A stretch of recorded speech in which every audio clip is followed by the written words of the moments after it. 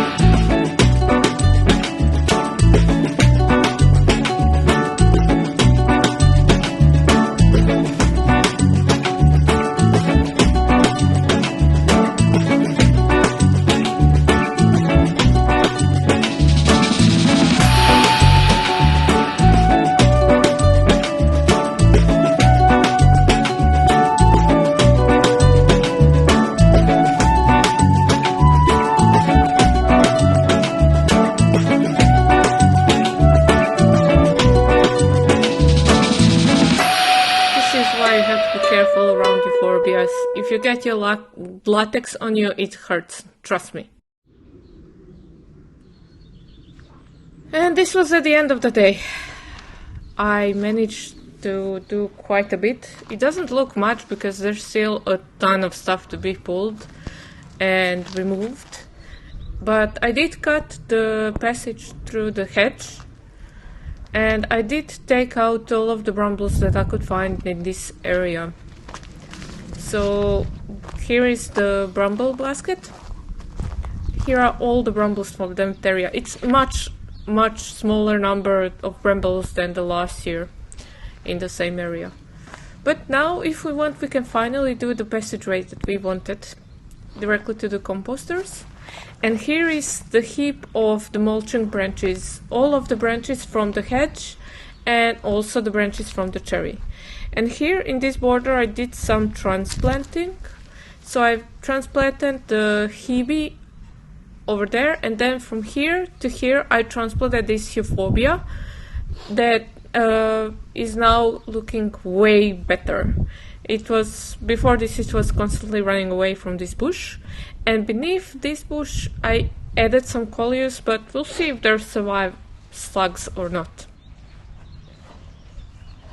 The rest of the garden is more or less fine.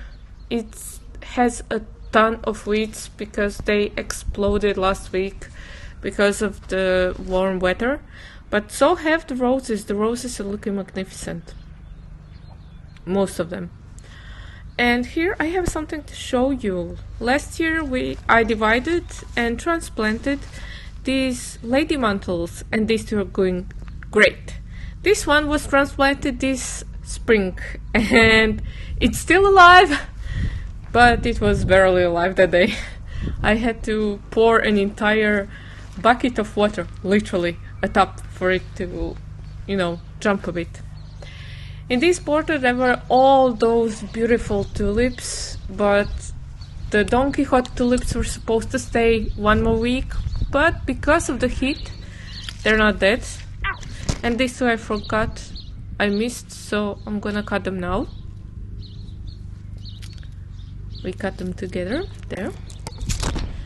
This rose, we are currently in the renewal process of it, and it's not really looking that well, so we'll see if it'll survive. Here I have some lupins that I sowed last year, and now they're nice and big. There would be more lupins in the garden if I wasn't too eager with my weeding.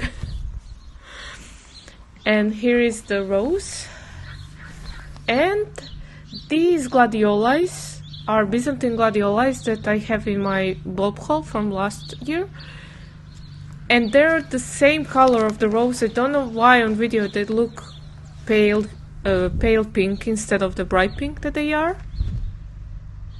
Here is the bed where I have to pull a ton of weeds and perennial sunflowers that are just spreading like nuts.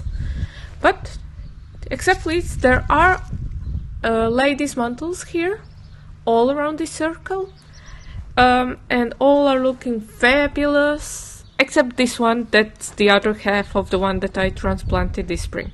But that's why you should transplant them in the autumn, because they're so much happier when you transplant them in the autumn and not in the springtime. And here we have a little bramble that is just by this rose. Now this branch died suddenly. I'm not sure why, but I guess that this rose isn't too happy about the plum situation, and it, as much as I would love the plum to finally go, but I think it will pull out. There are some branches that should be its branches and not the rootstocks. And there's my bird cherry that I had to do a little bit of a trim up to pull the top up a bit so that we can pass through. Now in my veg garden I've had a second failure of the season. The first one was with the peas, and the second one is, I'm not sure if you can see them, but over there those grassy tiny looking things are my red toga spring onions. Those are the only ones that survived, and this is my one carrot that managed to survive, because in April we got a sudden snow that killed a lot of the seedlings, and I also had an eager animal trying to dig out my onion and carrot seedlings. The other beds, they hold tomatoes. These are now soon to be visible, and here is my leaf bed for this season. There's more than just calendula's in this, I promise you will see soon. And that's it for today. That's all there is in the garden. Or is there?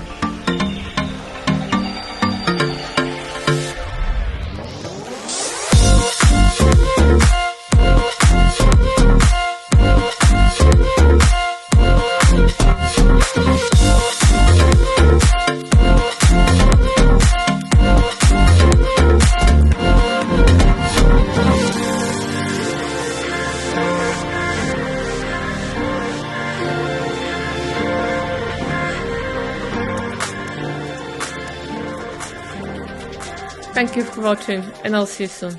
Take care, bye bye!